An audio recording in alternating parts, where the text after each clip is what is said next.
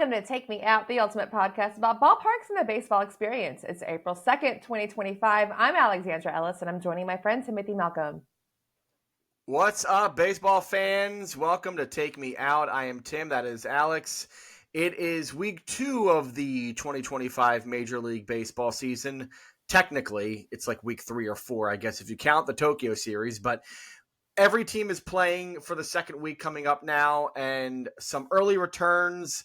My Phillies are doing pretty well. Your Astros are doing fine, kind of. Fine. It's early. They're fine as of right now. Panicking. It's early. At least we're not Atlanta Braves fans. They have been really bad to start the year. I don't know what's going to happen, the night that we're recording and all that, but as of right now, as of our recording, they're 0-5. They got swept by the Padres in San Diego, and now they're in Los Angeles playing the Dodgers. So good luck. Good luck. Speaking of good luck, the big storyline to start the season for those, of course, who have been following baseball. Good luck trying to face the New York Yankees and their torpedo bats. What do you have a torpedo bat hot take? As a Yankee hater, what is your torpedo bat hot take? Man, my hot take is this. If it had been any team other than the Yankees, Dodgers, Red Sox, or Astros, no one would have said anything about it. But the fact that it is the Yankees, and if it was the Astros who had started this, oh my gosh, uproar, like the bigger uproar than you would have ever imagined. But I think, I guess since they were unveiled in the off season, technically, I think it's just such a big noise now that the Yankees are doing it. I was very upset when I first heard about it, but I think now that I'm learning that every team has the opportunity to do this, I'm like, let's do it. I love the idea of this. It's like, let's make the sport more exciting, because Rob Manfred, sometimes doesn't like exciting baseball, I my first inclination was to say this stinks, this is dumb, especially the Yankees. Why do they keep getting away with this? The meme, why do they keep getting away with this? You can't keep getting away with it. Yeah, Breaking Bad. Yeah. But I've been reading more into it, and so for those who don't know what the torpedo bat is, it's like this new style bat. I mean, I'm sure you all know what it is, but just in case, new style bat that has been designed to where the barrel has been set lower in the bat, closer to the players where their hands would go. So the barrel's not at the very top of the bat, which is where it's always been forever and ever. Now it's set a little bit closer down, which means it's more in line with where a hitter might actually strike the ball. And so the idea is you'll get more barrels out of the hits, which means potentially more home runs, more better hits, more line drives, all that. It does come with some downfalls, though. I mean, the barrel is in a certain place, so pitchers are going to have to kind of work their way around it. But I was thinking more about this, and I think of this as kind of like when pitchers, especially in the 1960s and 70s, would fool around with the baseball and spitballs and rosin bags and trying to find different advantages with the baseball. It is a little unfair that offensive players get to have different bats and kind of change the bat as much as possible, whereas the pitcher cannot change the ball. Right. The ball has to be constant around the league. Obviously, they juiced the balls up a couple of years ago. We all know that happened. But they juiced every ball, right? It wasn't like they were like, the Diamondbacks will get juice balls and the Brewers will not get juice balls. No, it was every team. No deflate gate here. So it's unfair that the pitchers have to work with the same ball that everybody else has to work with, but the batters get to kind of tailor their bat however they want it to. I think there has to be some time where, and I don't know if they could do this year because it sounds like they can't, but baseball's going to have to step in and say, we have to put a couple guidelines in effect with how you change the shape of your bat. It has to be certain dimensions, certain regulations that they have to adhere to. I think it's fine that players can sort of have different bats depending on their swing profile. I think that's cool. It's a great innovation for the game, and I think it will lead to better offense and more strategic play, and hopefully it'll cut down a little bit on the strikeouts because I'm really sick of seeing as many strikeouts as we see in the game. I want to see the ball in play more often, but I do think it can get out of hand if we don't regulate it. And so there has to be some regulation on one end, and I think pitchers will in the same way that pitchers have to kind of regulate themselves with how they throw the baseball, I think they have to do the same thing on the other end of the game. And it'll work out itself in the end. I think right now, obviously, we're going to see probably an uptick in some home runs, especially as the weather gets warmer and the ball's going to fly even more out of the parks. It's going to be a little bit absurd, but I'm okay with it. I'm actually okay with it. I didn't think I was going to be okay with it. And the funny thing is, I look at these bats, like they say that, they're called torpedo bats because they look like torpedoes, quote unquote. They don't necessarily look like torpedoes. They look like, you have a little bit of a New England background. They look like candle pins from candlepin bowling. Have you seen Yes, this? I do. Oh my Yeah. gosh. Have you ever gone candlepin bowling? I have not. Do you know candlepin bowling? You know candlepin bowling, right? Somewhat, yeah. It's just, Yeah. it's kind of like the lawn bowling, or am I thinking of something else? Well, it's like bowling, but like it's like a smaller ball, and it's Yeah, the yeah. skinny pins, and it's very popular in New England, Massachusetts. I think duck pin bowling is sort of a cousin to that, and that's popular in some parts of New England as well. I could be wrong. I think I'm getting my things mixed up a little bit, but candlepin bowling is definitely popular in Massachusetts, maybe New Hampshire. I've been candlepin bowling before. It is fun, but it was many, many, many years ago. But they look like candlepins. It's kind of fun. I don't know. I'm fine with the torpedo bats, I guess, by and large. I just want to see some regulation happen at some point. This is good. Probably going to be a nice asterisk season for the Yankees. We'll see if they win the Well, World Series. other teams can Who else has it now? adapt, I mean, you know. there's other teams who have it now who are getting it, right? So I've heard a couple. I think at least one Twins player has it. The Phillies, Alec Boehm now has a bat. He has not used the torpedo bat in game yet, but he's practiced with it. It sounds like, I mean, knowing the Phillies, like Bryce Harper will get one, and Real Muto will get one, and Marsh will get one, and several players on the Phillies I'm sure will. I would imagine by Memorial Day, every team will have several players with a torpedo bat. Yeah, I can see that happening. Well, let's see what happens. I mean, yeah, I was definitely fired up when I found out with the Yankees. I was like, oh, what are we doing here? Like, are we just openly doing this right now? Okay. It's like, bring back corked bats. Why not? All right. Well, so, yeah, that's a hot takes. Hot. Well, it's a hot start to the season for sure. Yeah. So this episode of Take Me Out, we are in episode 9. And for those of you who are new to this podcast, thank you for listening. This is a podcast all about ballparks, the baseball experience, going to the game, not necessarily about the season itself and the teams and how they're faring, but about going to ballparks and what's new at the ballparks, what's cool at the ballparks, how to best enjoy yourself when you go to a baseball game in 2025 and beyond. And it's because I am the author of a book called Baseball Road Trips. It is in its second edition. It is the ultimate travel guide to the ballparks and baseball. So if you are looking for a book that is all about ballparks, and if you're going on trips and want to know more about what to do in all these cities and things like that, the book that you need to get is Baseball Road Trips, and it's in the second edition. It's got Camden Yards on the cover. It's a great book. You should go check it out at any bookstore in the country. It's also online anywhere you find books. This is why this podcast exists, to kind of be an extension of that. And today on the podcast, Alex, I'm very excited because we're going to have a special guest for the first time on the podcast, an interviewee, our first ever guest. It's going to be a big one too. A big one for me, I think, because as a Phillies fan by heart, a former Phillies going to come on the podcast, a former Major League ball player, someone who has been around baseball for many, many years and is well-respected, well-loved. Doug Glanville is coming on the show today. He, of course, played for the Phillies for several years, played for the Cubs and the Rangers as well, then went on to have a career as an analyst, ESPN. He's written for the New York Times. He's written all kinds of stories about baseball and growing up with baseball and the baseball experience and playing and all of that stuff. And he's just so cool. And he's got a new Substack coming out. I think it's out now, called Glanville. And it's all about, again, baseball and how it intersects with culture and society and things like that. So we'll have him on very soon. Be ready for that. But first, Alex, before we do that, let's get into the news. How about it? Let's get into the news. Yeah. So we're starting with a little bit of food wrap up. If you listen to our last podcast about all the new foods that the ballparks are offering, we had a couple of fill in the blanks that we were waiting for this week to do. And we're going to start it right now. The Athletics have a few new items at their temporary home, Sutter Health Park, including fries loaded with pastrami, secret sauce, onions, and cheese sauce. In Cleveland, the Guardians have reportedly unveiled a fried bologna sandwich at Progressive Field. Can't go wrong with that. And at Steinbrenner Field in Tampa, fans can get basic offerings, more or less. Yeah, a little bit of a mixed bag. And they got a little downer there. With the food offering. So if you didn't hear our last podcast, episode 8, it was all about all the new foods at the ballparks. We did 30 foods for 30 ballparks. Not every ballpark had food out yet for 2025, so we had to add a couple more to the list from other places, but we did want to come back with these filled up holes. So the Athletics, Sutter Health Park, is now open for business. They had their first game at Sutter Health last night as we record this Monday night. They played the Cubs. The Cubs wrecked their crap, beat them like 10-3 or something. Cubs are also complaining about them, like, oh, we have to play at a minor league park. This is ridiculous. I have yet to watch the game. I was making an appointment to watch the game. I had to watch my pro wrestling last night, let's be honest.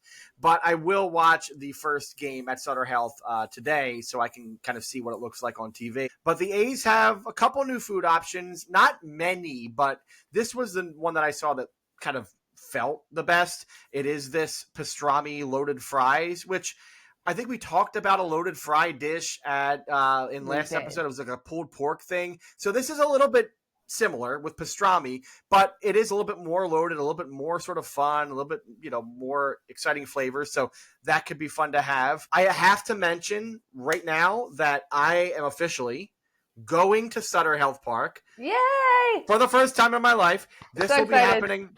So I'll talk more about this as we get a little closer. But in a couple weeks, actually, I think it's April 20th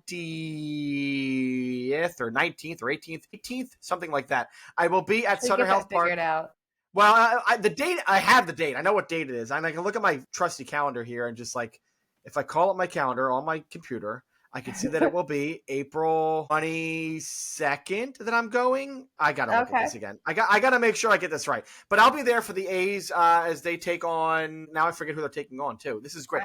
Is it the Rangers or am I making that up? It might actually be the Rangers. I think you're right. Okay. It is the Rangers. It is the Rangers. So it'll be a Tuesday night. I'll be there and I'll be excited to go walk around the park and hopefully we'll do something live when we're there on the podcast, but that'll be really fun. Rad. I'm going to do Sacramento. I'm going to take the train. I'm going to fly into San Francisco or Oakland, actually. And I'm going to take the train from Oakland to Sacramento, which is like a 2-hour train ride. Take the train back, Amtrak. And then the next day go to, or I guess the day I take the train back that morning, that evening, go to a Giants game at Oracle. So it'll be a lot of fun. I'll be able to get both parks kind of knocked out there. I'm excited Bay Area trip. Yeah, it'll be fun. So we'll talk more about that as we get a little closer to that. But yeah, that's the new offering at Sutter Health. Then in Cleveland, as you mentioned, fried bologna sandwich. Yes. So the Guardians haven't really mentioned like what they're doing this year. They haven't put out the official story and they haven't been a lot of stories about this. But I did find some like random talk radio station in Canton, Ohio did an interview with some official with the Guardians. And it was like in a weird, it looked like a really bad Zoom call. It was very weird.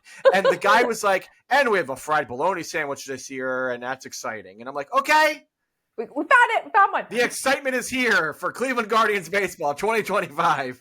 So whatever. I mean, I like a fried bologna sandwich. Big fan. My favorite I've ever had is at a restaurant in Atlanta called Homegrown.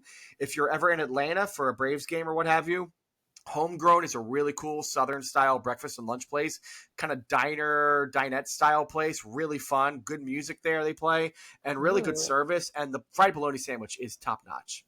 Yeah, one of the restaurants I used to work at here in Houston, RIP, Hay Merchant. I remember it was a fried bologna sandwich on rye bread with yellow mustard and pickles, and that was the only way, other than a Cuban sandwich, that I would eat pickles because it was amazing to serve with potato chips.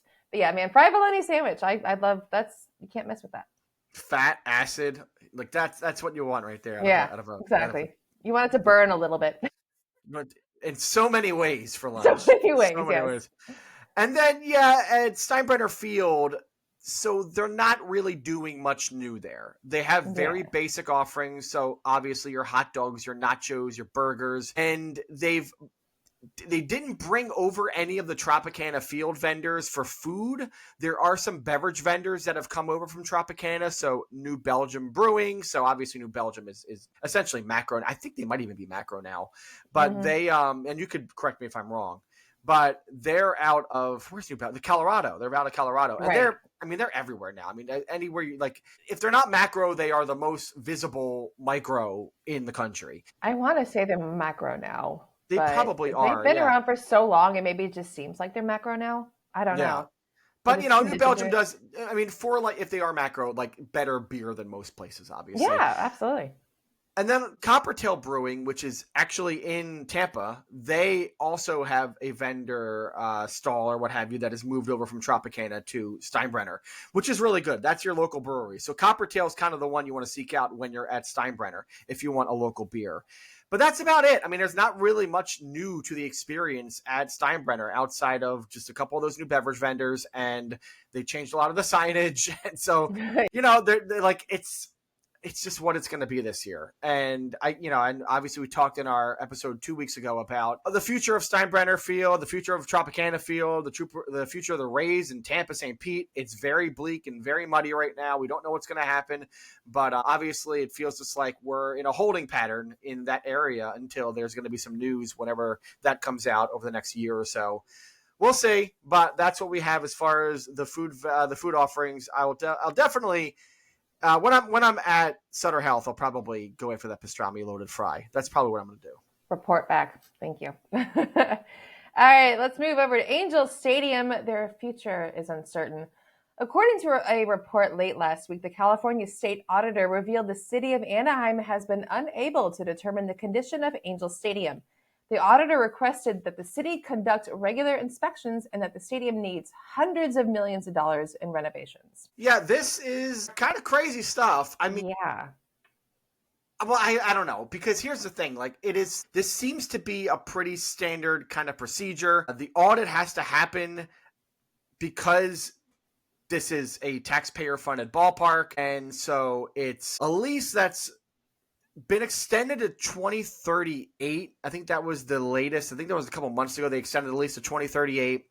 And so it's the city of Anaheim has to be kept up on what's going on with the ballpark because taxpayers pay for this ballpark. And there should be more regular audits, but there was this emergency audit that was called for because there was this real big scandal that happened with the Angels trying to sell, and there were some sort of shady dealings happening behind the scenes there. And I think the former mayor of Anaheim was indicted or something like that.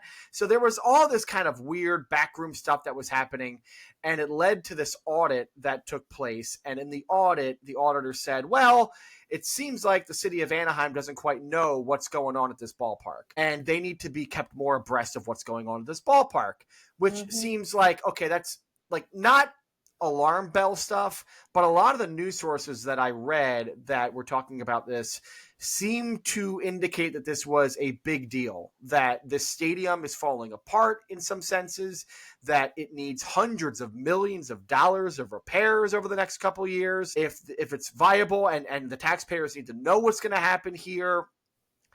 Meanwhile, the Los Angeles Times, their story on this very same issue was kind of framed differently.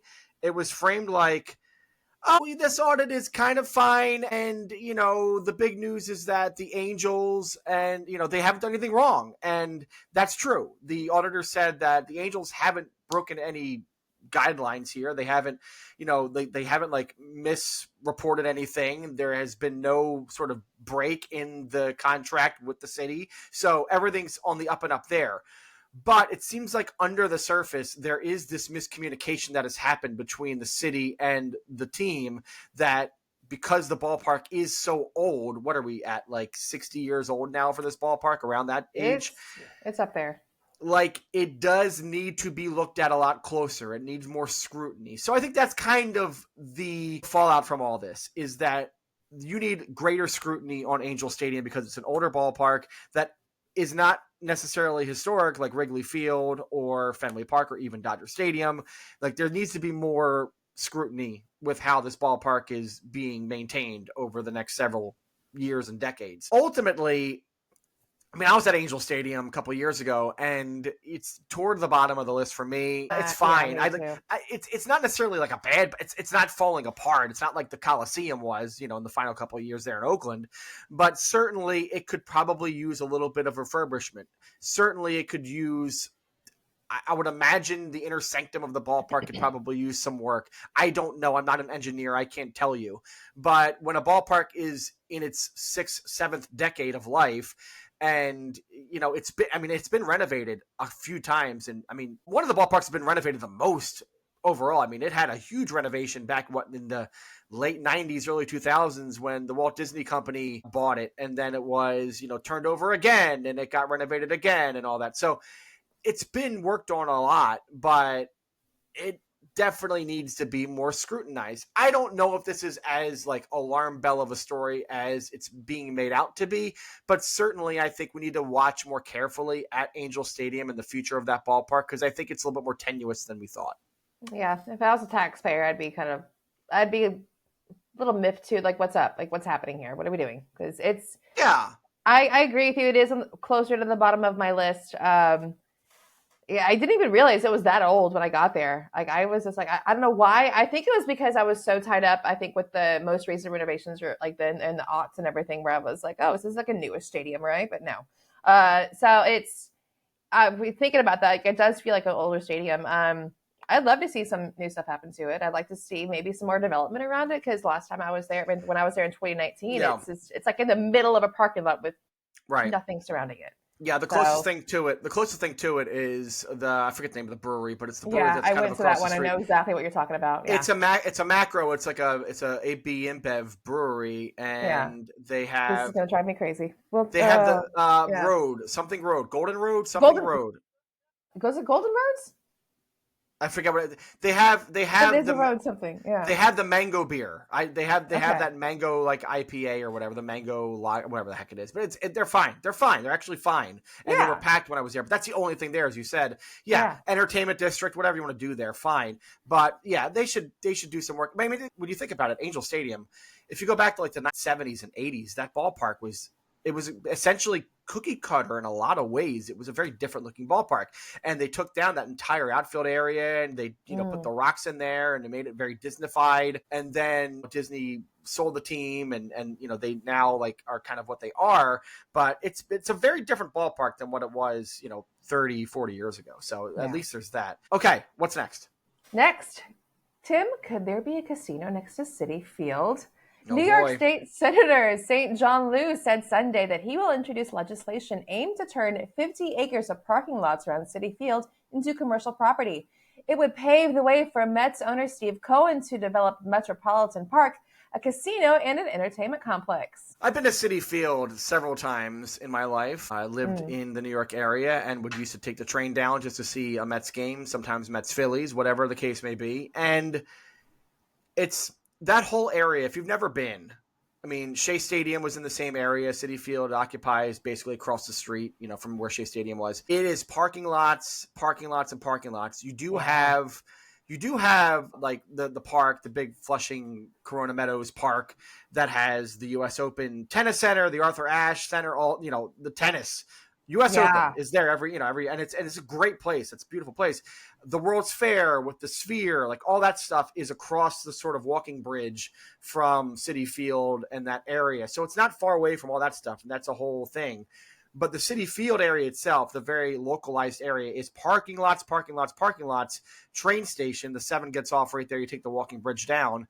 And then right around the park forever and ever and ever and ever has been like chop shops and auto places and just like yards of car parts, essentially. Yeah. And that's always been what it's Not been. And then if you go a couple blocks beyond that, you get like downtown Flushing, and you get really cool Chinese restaurants and dim sum. And like some of the best dim sum you'll ever have in this country is right a couple blocks away from Citi Field. You don't go there typically, because when you get to Citi Field, you're like, well, there's parking lots and auto places. I ain't leaving this area. I'm just going to the game. So this is a really interesting thing that the owner of the Mets, Mr. Cohen, wants to put in a casino, $8 billion casino and entertainment complex. This guy has money. He has seemingly what do you call it? Never-ending amount of money. He's Scrooge McDuck, essentially. He just has piles of cash. I don't know how he does it, but wants to put in this casino. Hard Rock International is his partner on this, so which I can't believe Hard Rock International still is a thing. But they are going to go for this casino and entertainment complex that I would imagine would be in one of those parking lots. You'll have walkways and green space, and I'm sure like all kinds of development around that area to connect it to the ballpark, so that when you go to Citi Field, you're going to the casino, you're going to the entertainment complex, you're going to maybe stay in the hotel there. Look, I think it's a great idea. I think Steve Cohen is doing look, billionaires are billionaires, but this guy at least spends his money on the team and on the future and the welfare of his organization. Like building a casino and entertainment complex in that Citi Field area is going to attract so many more visitors. It's going to keep and retain visitors in that Queens area. When you go to New York City to watch baseball, you're probably not going to stay in Queens. You're probably not going to stay in the Bronx to see the Yankees. You're probably going to stay in Manhattan and spend a lot of money, or you're going to go across the river in New Jersey and spend a little bit less money, but it's going to be more of a headache to get into the city because you have to take the train. This is a great move. If you're going to add a casino, entertainment complex, hotel, the whole 9 yards, like, it is a no-brainer. And then part of this is to get this casino and entertainment complex built. Cohen will also, with Hard Rock International, build a pedestrian and bicycle bridge called Flushing Sky Park, and that will connect Flushing to Willets Point. So Willets Point is kind of the area where the Mets are, like with Citi Field and the park and all that. That's essentially Willets Point. And then you would connect it to Flushing downtown. Again, great idea, because you're getting more people into downtown Flushing to have that really great Chinese food and that culture down there, which is really fun. So it is a win-win in a lot of ways. Now, there are people who are against it. Senator Jessica Ramos, State Senator Jessica Ramos, whose district includes the ballpark. So this state senator who's actually trying to go to bat for Cohen, John Liu, he does not represent the ballpark area. Jessica Ramos does, and she's against it because the residents in that area, I would imagine a lot of Chinese immigrants, a lot of second generation, a lot of working class people in that area in Flushing, they are against this because they don't want to see all of this development, all this gentrification, all of these, the taxes will go up and all of that kind of stuff. And I totally understand that. I totally understand that. And it's going to be a really tough thing to sort of balance out how you make both sides of this happy. But Ramos opposes the deal. She's actually running for mayor of New York against, what's his face? Eric, who's in there, Eric Adams. Eric Adams? Yeah. Wonderful man. Yeah. But this is going to be one of those really interesting stories that's going to play out over the next couple of years, is how can the Mets monetize and better sort of serve their interests and the interests of the general tourism area of Queens and Flushing? How are they going to balance that with the wants and needs of the residents of Flushing who are working class, who are trying to make a living and not be bombarded by all of this distraction, and also not see their property values go sky high and have to move out of the area and that kind of stuff? Like, you don't want that to happen either.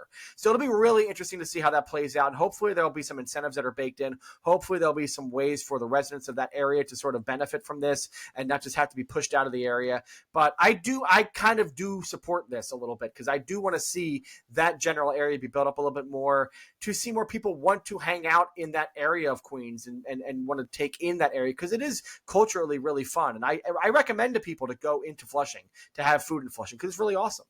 Yeah, I like that too, because you're also going to bring in probably more people and more eyes are going to get there, because you do have all those people from around the world coming for the U.S. Open too. So I think this showing them like, hey, it's not just chop shops and parking lots over here too. We got some entertainment over here as well. And also it's, you're thinking of New York, there are people who have cars. Do you really need all those parking lots there, though? With the ability of mass transit there? And you really should be taking the train to Citi Field. Yeah, if you drive to Citi Field, it's you're asking for it. But look, last point on this, because we're going to run out of time here with this segment, but New York City has always had these problems where you're trying to balance the wants and needs of the people who live in New York City, who are trying to make an honest living there if they can, with the interests of developers and business people and politicians who want to bring in more tourism, who want to bring in more commercial activity, retail activity. It's hard to live in New York City. I want to live in New York City. I would love to live in New York City again. I lived there for like a hot minute when my wife was there in Queens, and I would love to go back. It is very hard for us to ever entertain that because it costs a lot of money to live in New York City. So it does. There has to be a way to balance some of these things, but also, and I say this as someone who wants to be there again, New York City is one of those cities where you just kind of have to deal with the fact that people want to be there, and businesses want to be there, and entertainment complexes want to be there, and developers want to be there. And so I think when it comes to a thing like this, an entertainment complex in an area of Queens that is not developed, with parking lots, with auto detailers and chop shops and things like that, and train stations, I think it's viable for the Mets to want to be there. I think it's viable for them to want to build that area up. I don't think it's viable to go into people's residential neighborhoods and build on top of them, but I think it's viable to go a couple blocks away and say, yeah, we're going to put our casino here. I think there's a way to make that work and to strike that balance. So that's my final word on it. It's a good word. Okay. All right. Well, that's the news for this week on Take Me Out, and we will be back in just a few seconds. And when we come back, it'll be myself, Alex, and former Major League ball player Doug Glanville. Stay with us. Welcome back to Take Me Out. Tim here. Alex is not here, but we do have a special guest. He is a former Major League outfielder, spent 9 years playing for the Chicago Cubs, the Philadelphia Phillies, the Texas Rangers. He can be heard on ESPN Radio and the Starkville podcast. He has been seen on ESPN, can be seen on the Marquee Sports Network for Cubs coverage. He is a teacher at the University of Connecticut. He has written for the New York Times, The Atlantic, has a book called The Game from Where I Stand, A Ball Player's Inside View, and now has a Substack called Welcome to Glanville. We welcome to Take Me Out, Doug Glanville. Hi, Doug. How you doing? Oh, I'm doing great, man.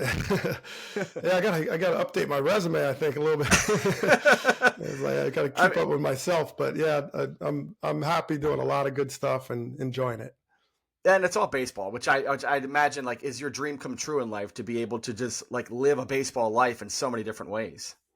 It is, and I'll tell you what, I grew up loving the game, and I credit my big brother. Really, he was the one who showed me it, mapped it out for me. He wanted me to be a big leaguer, and he had his own aspirations. So he showed me a path: Stratomatic, wiffle ball, stickball. It was a long list. And so right away, I loved the game, and it just has not waned for me. Here I am, probably 50 years since that list, and I'm still loving the game. And you're from like North Jersey, right? Teaneck, like that area? Yeah. And so, but you grew up a Phillies fan, correct? I did. So was that just because they were a hot team at that time, or like how did that happen? Well, my brother, who's about 8 years older, got me into sports as soon as I could walk. And the simplicity of how I picked my teams was who had the coolest uniforms.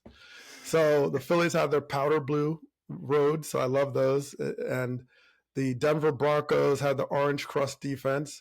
My first hockey game / match was the Minnesota North Stars against the Islanders.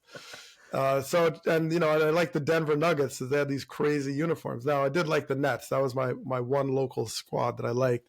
Okay. And then Lawrence Frank, my old Little League teammate, ended up being the coach. So that was kind of cool. But yeah, so it didn't make sense. But the Phillies caught my eye, and that was my number one sport. So it was all Phillies. I mean, probably the only Phillies, Broncos, North Stars fan like during that 70s, 80s era. Probably so. Yeah. So you were a Phillies fan growing up, but you lived in North Jersey. So I kind of want to ask your first memories of going to Major League Baseball games. Do you remember the first game you actually went to? I don't know if I do. I don't know if I remember, but I remember a lot of early games at Shea Stadium. And, I remember going and watching batting practice was a big thing. I still love watching batting practice. Any game that I cover for radio, for ESPN, I'm on the field all the time. Just like, okay, let's talk about this with players. So I know I went to some Yankee games where I remember Harold Baines hitting a triple and then an inside the park home run, or just a lot of fun times with the White Sox and Yankees. So I did go to games, but it had to be late 70s, and then early 80s. I got to see Darryl Strawberry's debut at Shea Stadium. Wow! And so I remember those days, and it was kind of wild to play against him because I was so young then, and here I was like competing against him. But so all those housed a lot of good memories. But the centerpiece for me was batting practice, getting there early enough to see it. And just watching the flight of the ball all the time. Like, is that going to go out? I didn't even really have to get a ball. I just wanted to watch them. I was fascinated by it. Were you already at that point kind of dead set on becoming a Major League Baseball player? I mean, you were playing baseball, but like, were you like, this is what I want to do? This is the profession I want to be in? I don't know if I was dead set. I mean, I loved it, and I didn't think of any other world where I wasn't watching it and enjoying it. But I was kind of loving being a fan. I mean, I just wanted to play, my local leagues and all that. But I mostly, I would play even when the season was over. Stratomatic. I had computer games that I'd play. There was Star League Baseball. I remember one of the computer games. You got to go back like Commodore 64 or whatever computer system. So, yeah, I definitely grew into saying this is what I want to do. I shocked my parents once at a scholarship dinner at a banquet when they asked like what you wanted to do. And I stood up and said, I want to be a professional baseball player. And I think my parents pulled me aside after that. Like, okay, you got to have like plan B. You got to make sure. I was like, no, I'm very serious about school. I'm going to graduate and go to college, but this is what I want to do. And so fortunately it worked out. So, you grow up in North Jersey. So you had Shea Stadium, which now talking about ballparks a little bit of that, multi-use era of ballparks, the modern era of ballparks where you have sort of the cookie cutter design. And we'll talk about the vet, obviously, because you have, I'm sure, plenty of memories of that stadium. But you came out of Penn, you were drafted by the Cubs. And so you immediately, go up the ranks and you make did you make your debut at Wrigley or where did you make your debut? I made my debut at Wrigley Field. So I was in AAA with the Cubs 1996, and then June 9th was my first game. So I had to fly out that morning after packing all day and calling everybody I could think of. And I got there, I had breakfast at this restaurant, the Salt and Pepper Diner, which is no longer in existence. And I walked over to the field from there. So, that was beyond surreal because even though I'd been in Major League camp and spring training and I knew a lot of the guys, to see your name in the lineup that made no sense at all, like Sandberg, Grace, Dunston, Sosa, Glanville, like who's this guy? Like didn't make any sense. And it was real. And then I'm looking at the other team, like that's the actual Montreal Expos. that's not like a made up thing. This is the real Expos. So I just remember standing in the box and just staring at the logos across these teams, all these players. I was like, that's the actual Red Sox. I don't know if I ever got over that in the first year. Like it was a marvel every single time. And then let alone the names of the guys you were competing with or against. So I got to go to Wrigley. It was freezing. It was like 40s, raining. It was terrible out. I didn't get a hit. That first ball I hit to the warning track, so that was kind of close. And I made like a diving play and off of an old teammate, Mark Grudzelanek. And then and it was a blur. But I got my first hit in Philadelphia. So it was meant to be. I held off. Wow. Got my head at the vet, and that was everything, man. That was everything. Wrigley Field, you said June you debuted, and it was 40 degrees. Is that right? Oh, yeah. The first time I went to Wrigley, it was, I think, Memorial Day weekend, that area, and it was about the same temperature at game time. And I remember sitting in the bleachers just drinking coffee. We were all trying to get coffee and hot chocolate because that was the only thing that we really wanted. But I remember the first time I went to Wrigley and I got to the field. I was able to get on the field for it. And it was one of those moments that I'll never forget because I just wanted to walk and go to the ivy and touch the ivy and just have those little moments to myself where I could, okay, I'm here, I'm seeing this, I'm doing this. Was that similar for you? Did you have any sort of I need to do this while I am here for the first time, or were there any of those kind of things? Oh yeah. Well, one thing I remember really well that was fun is Adley Rutschman with the Baltimore Orioles. He got his debut, and then he stood up, took his mask off at Camden Yards, and just looked around and took it all in. I think that was a great moment. I brought it up to Kerry Carpenter the other day when we did a Tigers game. I said, appreciate this, man. So I did. I really did. I mentioned the uniforms and that used to be my plastic wiffle ball hats that I wear imitations of, but also just, wearing one yourself and going out into the ivy. The only time I'd been to Wrigley, I hadn't even been to Chicago. I got hurt my first year in the minors, in 92. And I had to go for a medical procedure, or not a procedure, but just like a test. And then, in the process, they let me see Wrigley, and the ivy was all dead. It was all just vines. Mm-hmm. And I was like, wow, this is like Wrigley Field. I'd never been there. So I think that was the moment I felt like, okay, this is kind of in reach. It's real. And then, then it became real. And I took it all in. The grass, the smells, the fact that the fans, it's intimate, the organ, everything mattered. And the one fun story is that I took my wife to Wrigley the first time that she had ever been there before. Many years, I was retired at this point. And I intentionally walked in the concourse and then walked up the stairs because I didn't want to go in where you just see it. So I came up and it was all hidden and she's talking to me. We come up the stairs and then there's a field, and she stopped and she was like, oh, I get it. She literally said, I get it. Yeah. I mean, it just was like the green, what a home field to have. I had that for a few years. It was incredible.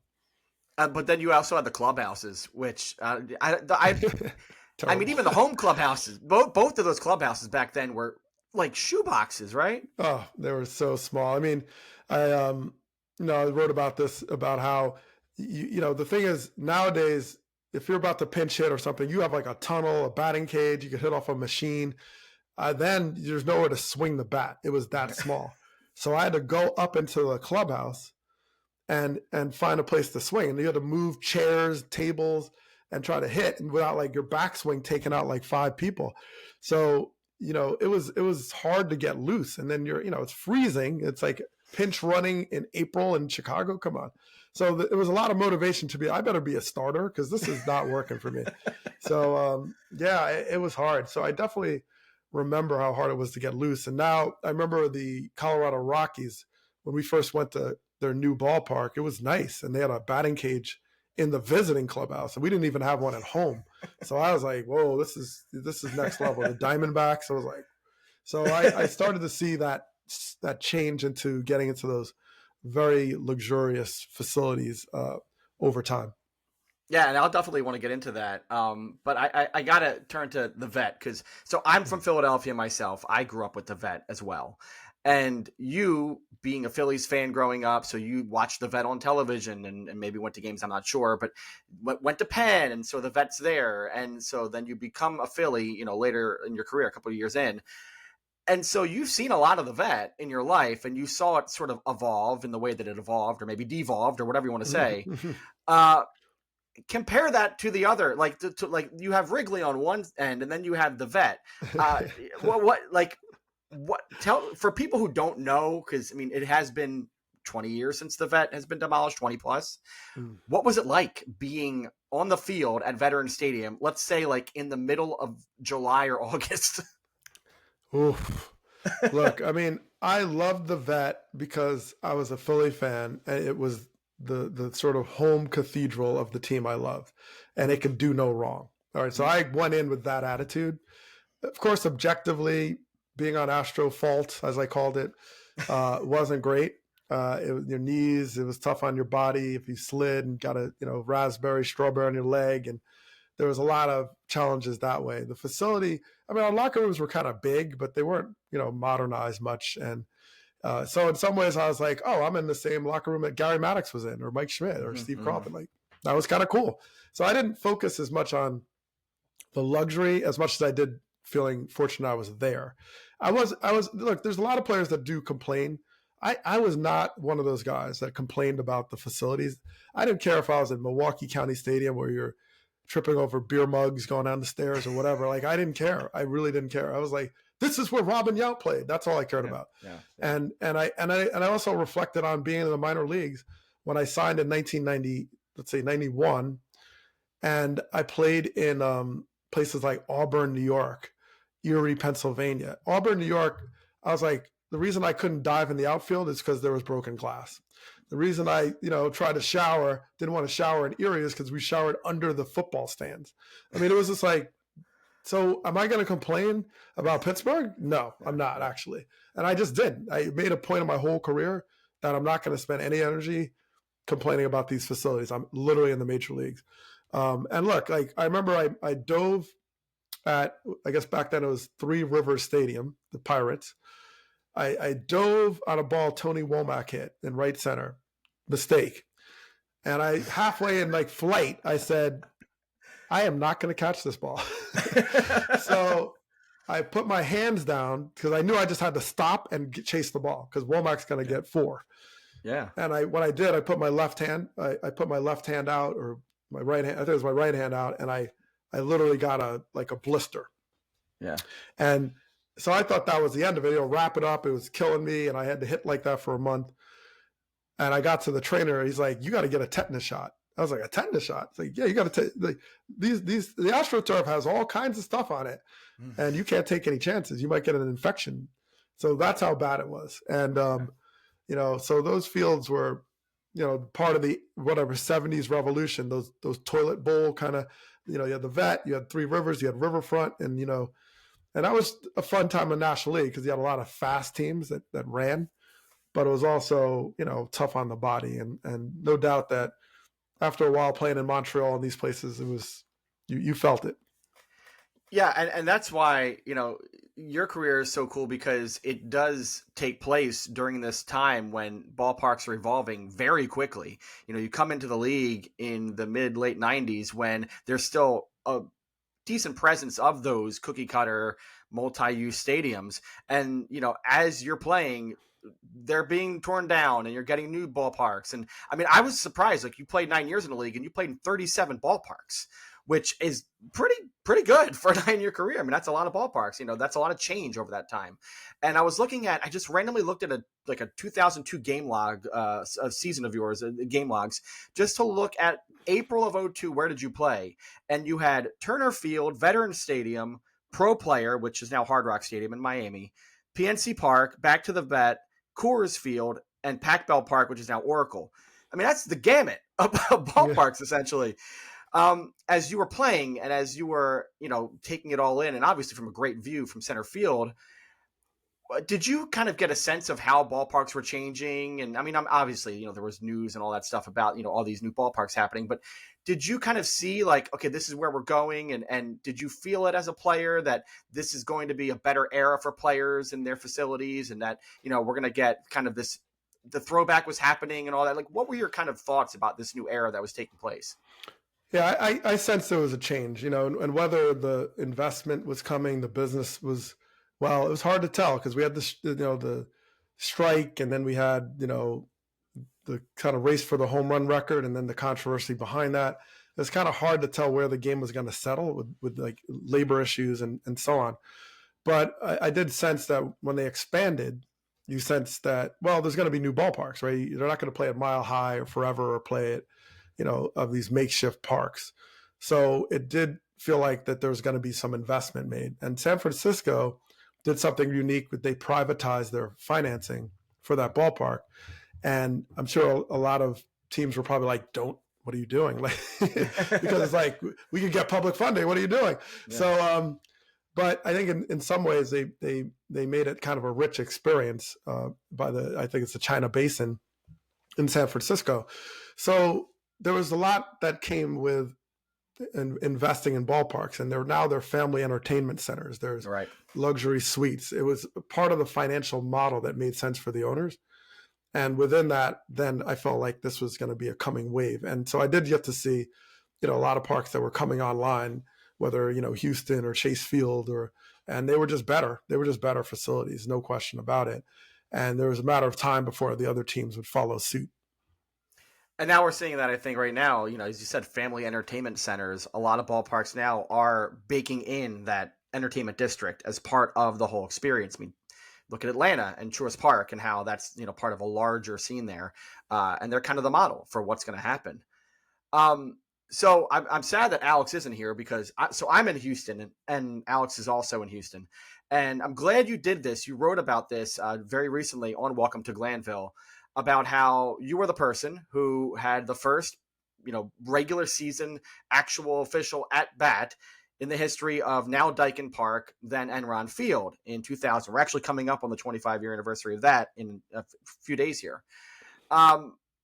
What was that like? Just being the person and walking into that park for the first time, and take me through that day and that whole feeling of, okay, I'm going to be the person who stands in the batter's box for the first time.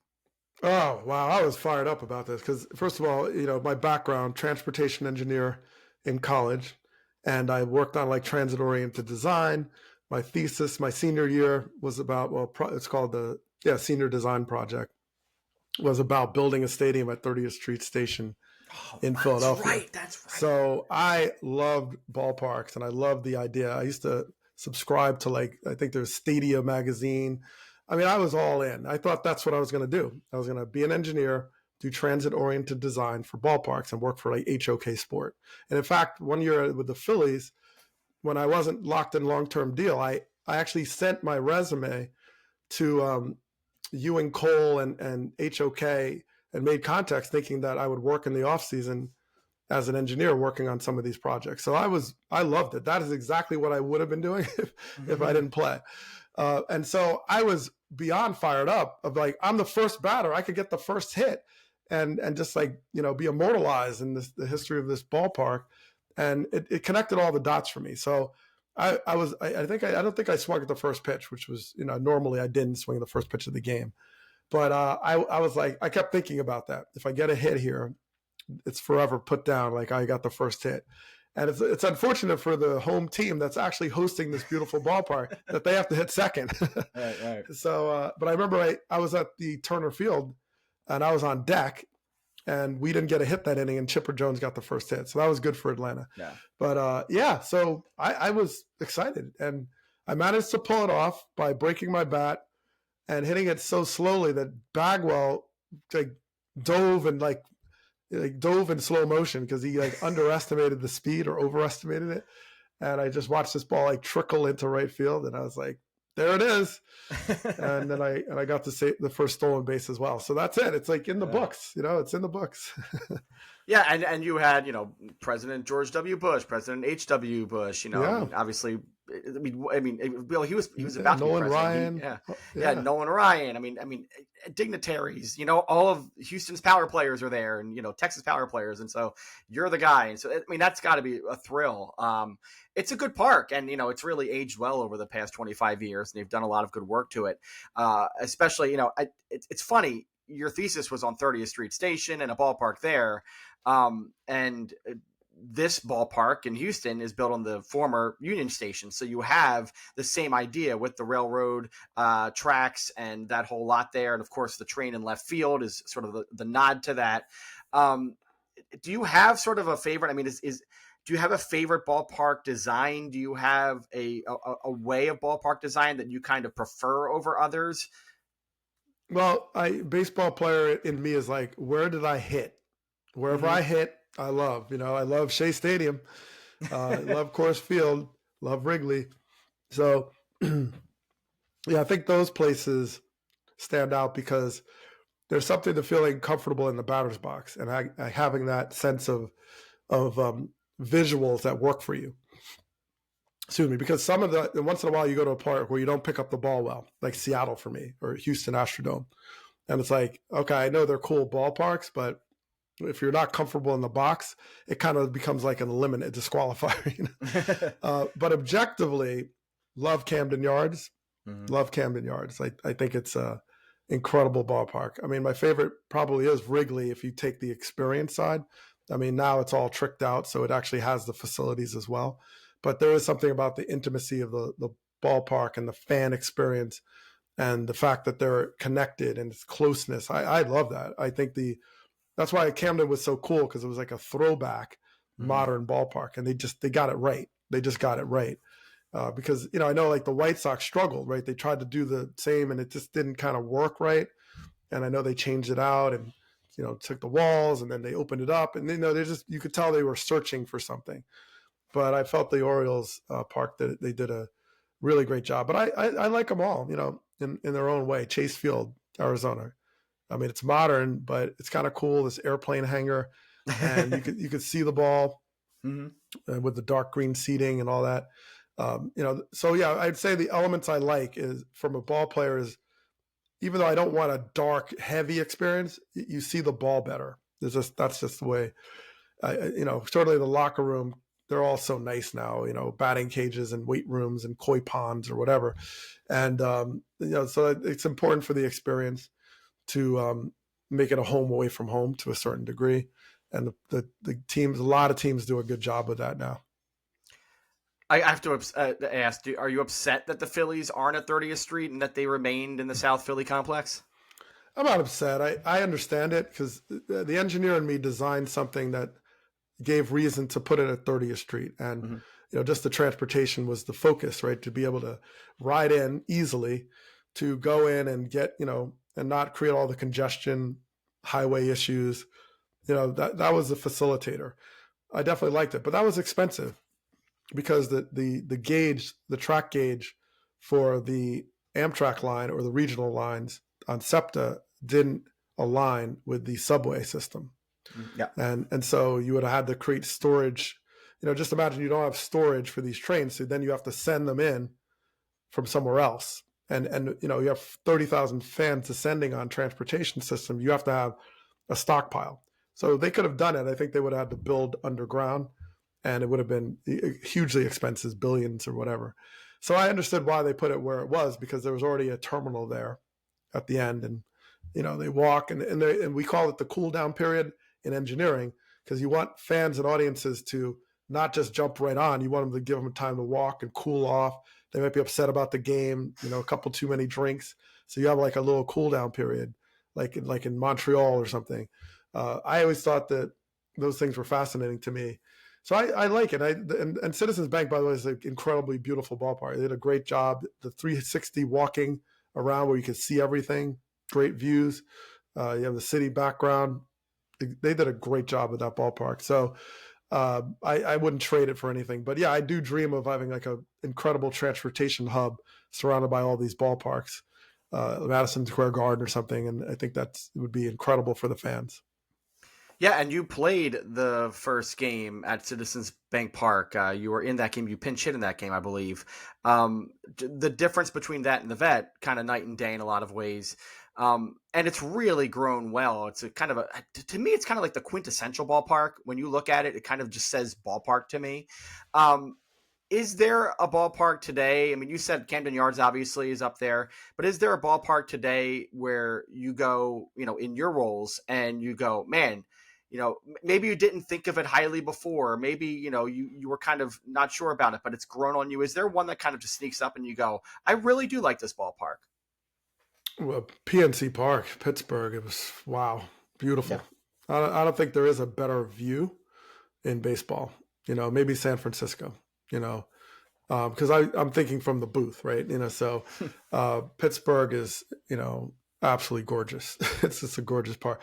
Once again, did I hit there? Yeah, I don't know. I think I did play a few games in there, but I don't remember lighting it up. So that doesn't always, the baseball in me like, well, it's all right. But that was a gorgeous park. I mean, there's so many. I just like a lot of these parks, and I appreciate them differently as an announcer, because now it's about the press dining cafeteria and other stuff like that. But I still stand on all these fields and watch batting practice closely, and I have a great appreciation for baseball and the artistry around these stadiums. So I had trivia for you, because I was just glancing around at your baseball reference page and all of that. Oh. So first off, there were 4 players, and you're one of them, who played in the first game at Daikin Park, now Daikin Park, and at Citizens Bank Park. Do you know who the other 3 are? And they were all teammates of yours. Well, that's a good question.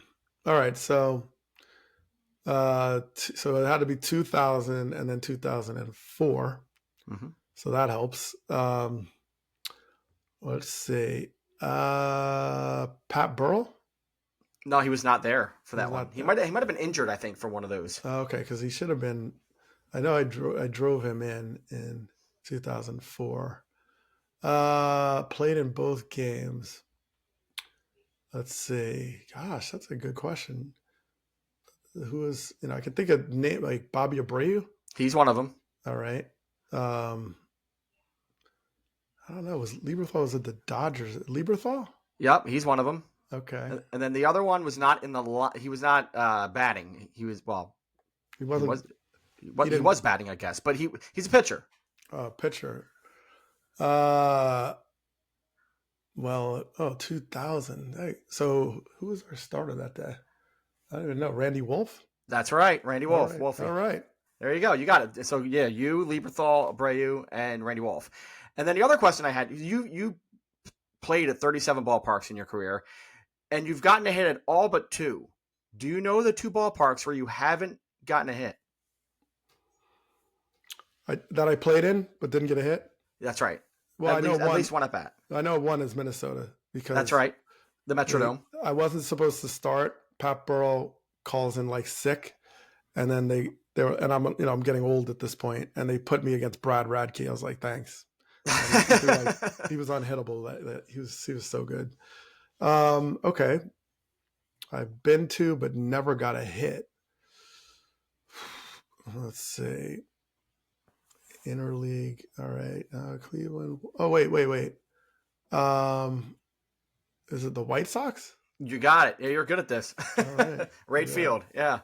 Yeah. I think you had maybe like one game there or something like that. Yeah, I started. I might have started, or certainly the first interleague series. I faced like who was that lefty? It's not Navarro. They had Alvarez. They had a pitcher. Wilson Alvarez. Yeah, I went over something, and then I pinch hit as a Philly in a 1-game makeup game, and I struck out. So, yep, that was White Sox. Yep.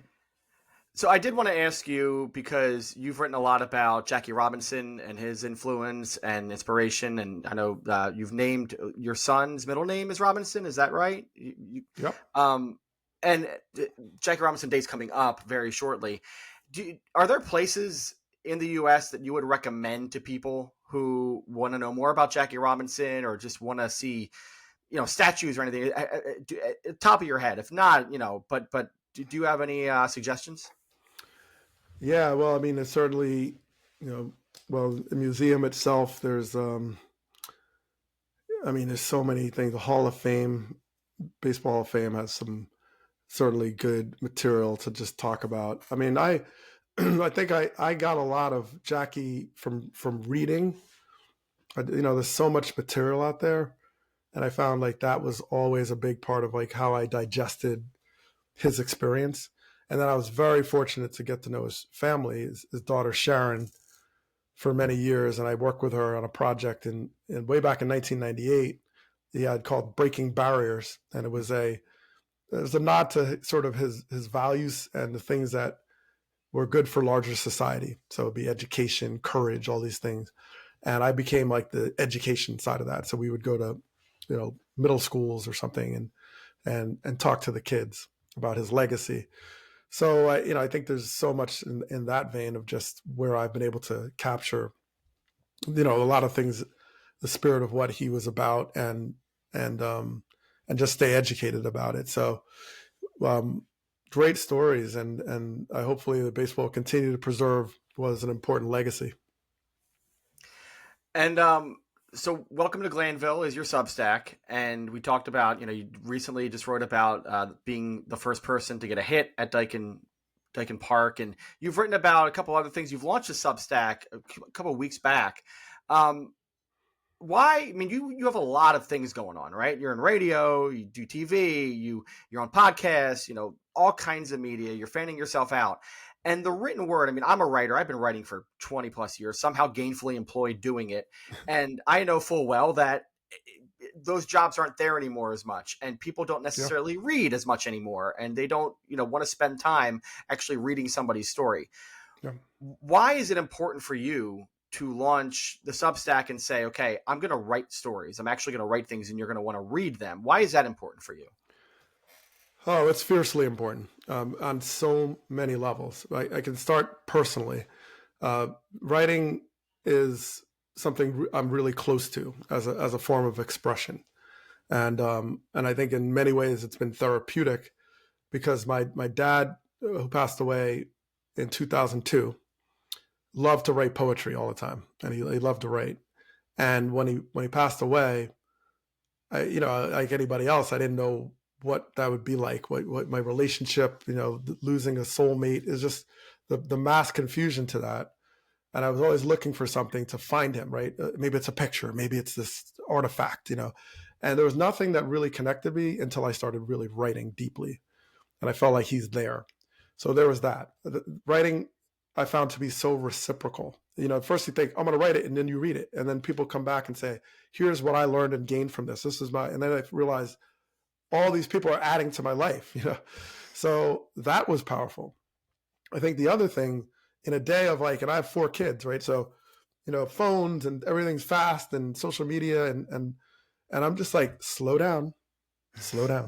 Okay. Take your time, absorb, learn, listen, all the things that come with patience. And writing is a patient exercise of just getting it right, trying again.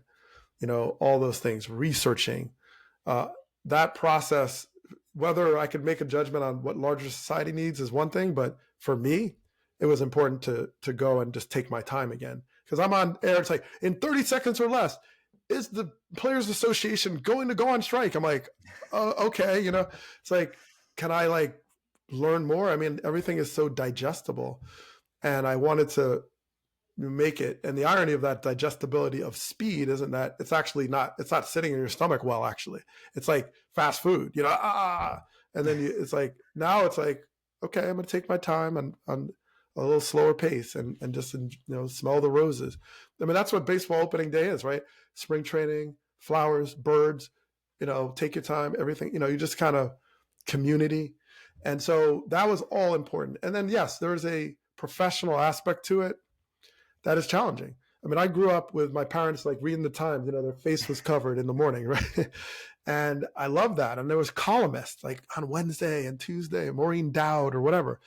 You had all these columnists, and I wanted to be a columnist. And I did have a little run with the Times in a few places, but it's so hard now to go at a place that's going to build your career, like give you feedback, work on you, develop, and then elevate, to be a conscience of something.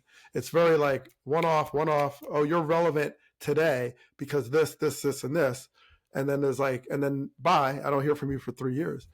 or you're constantly pitching. And I'm just like, okay, I get it. But then do you even own it when you do? It's gone and it's behind some paywall. And so I just started to look at that and say, this is kind of hard to just believe in this columnist idea and not really be able to be it.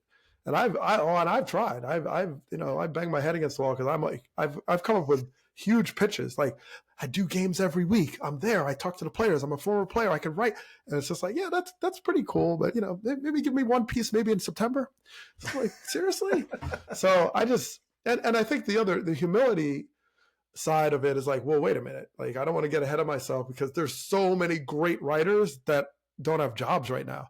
I think that kind of terrified me a little bit because I didn't want to, I felt like I didn't want to usurp anything because it's like, how is this guy not have a job? How does this writer how does she not like run this place? I just felt that was kind of hard too. But I got over a lot of that and just said, I just need to write. And I want to have a home to do it. And I want to actually have a community with fans. Like, I love fans. I love to talk to people. I'm a fan. I just wanted the reciprocation. And what do you think of this? Just because I played, I don't have all these answers. Like, I want to understand, critically too. So I think that was the real value. And this already has just given me more than I can even imagine. I don't even think about it. I write and I know I have a home and I have to pitch 45 people that are going, yeah, well, I'm just going to cut out about 80% of it. That's all right. And then I'm going to spin it to like my own agenda. Like, I just, like I have a poem right now to Jackie Robinson that's like way too long and nobody would print it like that, but I could do that. And it's like, it's too long. It's fine. But I have it. I have a 6,000 word piece right now, just sitting on my server. Like, I might just publish it. It's 6,000 words, and so yeah, I love it. I'm so fortunate. I appreciate you mentioning it. Welcome to Glanville. And I have I do have a paid series, but there's a lot of free content. But the paid series is me going through boxes because I've moved a lot. And these boxes keep following me. And there's so many baseball. And I finally was like, I'm opening all this stuff. Yeah. And what I do is I open it and I take something out of it and I write about it. And it's a gold mine. And I got inspired by my editor for my book, Steve Pfeiffer, who's in Chicago, who has this thing called Storied Stuff. And I said, let me just do this unbox thing. And so that's, and then eventually I'm going to have a chat, do, game stuff, or at least feedback pre and post. I'm just going to have fun with it and just engage the fans and knowing that I'm a fan myself. I mean, that's an unboxing I can totally get behind. I mean, the fact that baseball really does really connect itself well with writing and prose and being romantic and, going deep into nostalgia and going deep into your emotions and try to find those connections. And so I've always loved your writing. And I think, you have tools that, need to be put out there into the world, and your skills are really, necessary. And I hope more people get to read it, and I hope more people get to, hear your voice and maybe in turn become writers themselves and become creators themselves, because it's a gift when you're able to sort of write like that and be able to connect with people on a very deep level. So welcome to Glanville is the Substack, and Doug Glanville can be seen and heard a lot of places, as I said up top. And we're really happy to have you here on Take Me Out. Thanks so much, Doug. All right. Thank you so much for having me. Appreciate it. Hey, check us out on Facebook, Take Me Out Pod. We are facebook.com/Take Me Out Pod. You can also follow us on Instagram at Take Me Out Pod. Side note, I was at the Astros game last night, Monday night, and posted quite a few stories on the Take Me Out Pod Instagram, so check that out. A couple of new things at the ballpark. We can also follow us on YouTube. We can wave at the camera right now because we're on YouTube as well. YouTube.com/Take Me Out Pod. And we definitely still have a Patreon coming soon. Give us a like, give us a follow, give us a comment, give us 5 stars on Apple Podcasts or Spotify, wherever you're listening to us. Tell your friends. We're starting to slowly creep up on there in numbers. Let's creep it up a little bit more. We'd love to have y'all. We'd love to creep. That's something we love creeping. Yeah. Sure. But seriously. That's all you. Well, it's not all me. No, it's not all me. But seriously, if you are listening to this and you like what we're doing here, you like hearing about ballparks and the news about ballparks and us talking about ballparks and all that fun stuff, please give us those 5-star ratings on Apple Podcasts and Spotify, because that really does help us get more visible on those apps and those platforms. And then tell people that you know who love baseball about us, because we are here for them. We're here for you. We're here to talk about how much we love the game of baseball. So please tell people that you know about us. We would love to stoke that community. Welcome back to Take Me Out. I'm Tim, and that is Alex. Final segment here on the podcast this week. There are 4 new minor league parks this year in baseball. We don't talk a heck of a lot about minor league parks, at least to this point. We will, for sure. Okay, but this is the first we've really gotten into it. But there are 4 new parks this year. They are Fifth Third Park in Spartanburg, South Carolina. That's home to the High A Hub City Spartanburgers. They are the Texas Rangers High A affiliate. The Spartanburgers, yes, they are not just a team. They are a food item. See, the Spartan Burger at the park at Fifth Third is a patty with fried green tomatoes and pimento cheese. You can find that at Fifth Third. So if you go there this year and you're hanging out in the Atlantic area and the Carolinas, go check out Spartanburg in the park there. Also opening this year, Cinevis Park in Columbus, Georgia. That is home to the AA Columbus. I don't know what that is. They are the AA affiliate of the Atlanta Braves. Yeah, I got nothing. The thing that's really cool about this park, it looks like they have a really cool looking sort of standing kids area in the first baseline there with a mini baseball field and plenty of space. It doesn't look like I've been able to see any developed. I haven't been able to see it really developed yet, but it looks like from the renderings and then from what has been put there so far that there's a mini baseball field and there seems to be a lot of space to hang out and there's vendors and stuff. So that seems to be really cool. Very cool if you're out in Columbus, Georgia. Also opening this year, Covenant Health Park in Knoxville, Tennessee. It is home to the AA Knoxville Smokies, Chicago Cubs affiliate. It is a return to Knoxville for the Smokies and that AA franchise. They were about 20 miles up the road for many years, and then they're finally back in Knoxville this year in this new park that looks really cool. From home plate, you get the view of these really tall buildings in the outfield, multi-unit housing beyond outfield. Those buildings, that's what they are. And really cool thing about this park, the concourse in the outfield will be open when there are no games happening for people in Knoxville to go walking and jogging. It's going to be used as sort of a multi-use trail, I guess, or a walking trail. Oh, nice. So yeah, very cool that you can actually like walk through the ballpark when there's no game happening. Very nice. That's really cool. And also opening this year, the AAA ballpark that's opening, the ballpark at America First Square in Salt Lake City, Utah, home to the AAA Salt Lake City or Salt Lake Bees. They are the AAA affiliate of the Los Angeles Angels of Anaheim. Salt Lake has had the Bees, I feel like for a long time. Shout out to Major League 3, back to the minors. whatever. Wow. Not a great movie. All about Rube Baker and his exploits down in AAA. Oh boy. But this is a really cool looking ballpark. I mean, really, just because from home plate, you get views of the Wasatch Mountains in Utah that are outside of Salt Lake City to the east there.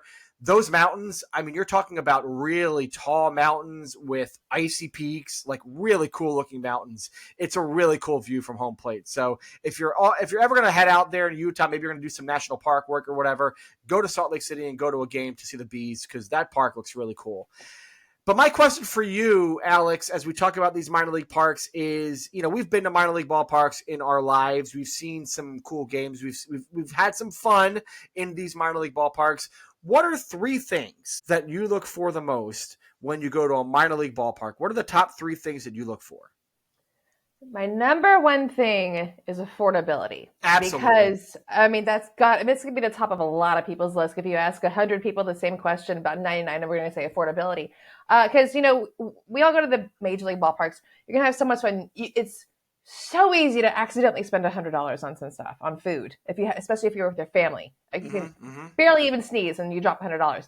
But when you go to these parks, you're going to do you want to go to get a hot dog or something, and you can get like a $4 hot dog at some of these parks as opposed to paying $9 or $10 at the regular parks. So you also have these great ticket packages that you can get for you and your family or you and your friends. I think here in Sugar Land, where the Space Cowboys play, can't remember the price tag on it, but you can get a family 4-pack on certain Friday nights where it includes parking, and it's only like $40. I think it's $40 for 4, because we've done that. We have done that. I'm a family of 4, and we've done that, and it's really great. It's a great deal. Yeah, affordability is fantastic. I mean, thank God, there are some major league parks, and we'll probably talk about this at some point. I've heard of some major league parks this year that are doing cheaper hot dogs this year, like $4, $5 hot dogs. That's great. It should be like $2 to have a hot dog, to be honest with you. But that's the thing that I definitely look for with minor league parks is where are the deals? How do I get my family into the park for pretty cheap? And how do I make sure I don't have to spend a lot of money on food? Great thing about minor league parks is a lot of them allow you to bring in your own food. And so you can have a picnic, you can do your thing, without having to spend a lot of money. Maybe you get a beer at the ballpark or an ice cream for the kids or something, but you can bring in your sandwiches and stuff like that. And that's a great way to go. What's number 2? Number 2, we're going to keep it with the family, even though I don't have any kids of my own, is like things that kids can do, because yes, minor league games tend to be kind of aimed more towards kids. They kind of like to keep it more family friendly because they know everyone's going to bring their families, because it is more affordable. They tend to be more affordable. But again, here in Sugar Land, they have this massive splash pad in the outfield where you can still watch the game, but you are in it's a playground with a splash pad because it gets really hot in Texas in the summer. Breaking news. Just things that the kids can do. And you see that a lot more of the minor league parks where it's a lot more kid friendly. You got more playgrounds. You got some carousels in some places. Yep. Just things that kids can do. Yeah, for sure. I mean, again, having kids, taking them to a game, by the 3rd inning, even the 2nd inning, they'll be like, I want to play. I want to go do something else. And so you have to take them to the playground. And we go, quite a bit to Sugar Land. And we will go to the playground and we'll go to the splash pad and do that whole thing for a couple innings. And that's great. Major league parks are starting to do some of this too. I mean, Kauffman Stadium, I think, is maybe the gold standard as far as playground and play equipment. Yeah. Kids can do in that outfield area. That's really tremendous. I know Milwaukee has a really good kids area. Chase Field in Arizona has done a pretty nice job with kids stuff. And some other ballparks have kind of adapted and adopted more things. Obviously, every ballpark seems to have the mini ballpark now where kids can go take a couple swings, run the bases, that kind of thing. But just play equipment. Having just a big playground with a playscape is just clutch, I think, in a lot of ballparks, for sure. Again, here at Sugar Land, you can actually have a little batting cage where it's like a slow pitch batting cage, and you have a little virtual thing where you can see where you hit the ball to. It's really cool. I did it once. It is not as easy as it looks. I don't think I'm going to be getting called up anytime soon. What's third? Third, and this one's not a guarantee, and this one is kind of, I don't want to call it an entitlement one, but you kind of have, when you're in the minors, you kind of have more accessibility to the players, I guess you could say. It's a lot of fun seeing kids getting their balls and getting cards signed by these players that, who knows, in the next couple of years are going to be MVP of the league. It's I'm a broken record, but these smaller games, these minor league parks, as great as they are to check out your developmental players, it's a lot more fun for the kids, and especially the kids who are really getting into it. If they can go and meet their favorite player who maybe is on a rehab assignment, like Lance McCullers just pitched in Sugar Land on Sunday for the first time in a long time. A lot of kids went to go see him, and you're not going to get that accessibility when you go to a major league park. But something along those lines, just because there's smaller parks, you're closer to the players. It's got a cooler feeling to it. I will never forget going to a Wilmington Blue Rocks game in Wilmington, Delaware, sometime in the 90s. I don't know when, but this was when they were the Red Sox affiliate, I want to say. And we went down to the first row before the game and got a whole bunch of stuff signed by several players. I need to double check this. I don't think this is true because I think this was probably after he was there, or I can't even remember if he was there, but I want to say Nomar Garcia-Parra was part of that crew of players that were signing. I want to say he was. That makes it so cool. Well, I don't want to be factual on that, but I want to say he was there at the same time. Nevertheless, it's really cool to have that access. And, using Sugar Land as an example one more time, because it is our AAA park that's nearby, we go to the lawn all the time when we go to Sugar Land, to the berm there. And the berm ends where the bullpens are. And the visiting bullpen is right there against there. And I went to a Sugar Land game last year, and I was standing around in the, at the front of the berm with my daughter, and we were just kind of talking about the pitchers and stuff. And I was wearing a Phillies hat. And one of the players for the opposing team looked at me and said, "Go Phils." And I was like, oh. And, they were like the Dodgers of Oklahoma City or something, the Dodgers affiliate. And I was like, so what are you from? And he was like, yeah, I'm from Philly, da-da-da-da-da. And we were talking about, the Eagles and stuff like that and being from Philly and stuff like that. So it's just having that connection with a player is really cool. And, I'm never going to, I looked up his stats online and I was like, is he going to make the majors? And then your kids suddenly were like, oh, who is that person? I want to follow him. I want to see if he makes the majors one day. And so you have a little bit of an attachment with a player. And so, having that accessibility is really cool. And minor league parks, I think you do a pretty good job of that by and large. Major league parks don't as much. I mean, some parks actually shut off access to players sometimes. I know we talked about with Steinbrenner Field this year, they're not allowing access to players, I believe. Is it Steinbrenner or is it Oakland or Sacramento? It's one of the two. One of the two minor league parks this year. But nevertheless, having access is great. And there should be more of that in baseball, especially before a game when kids are just huddled around. Just have a player go out and sign balls.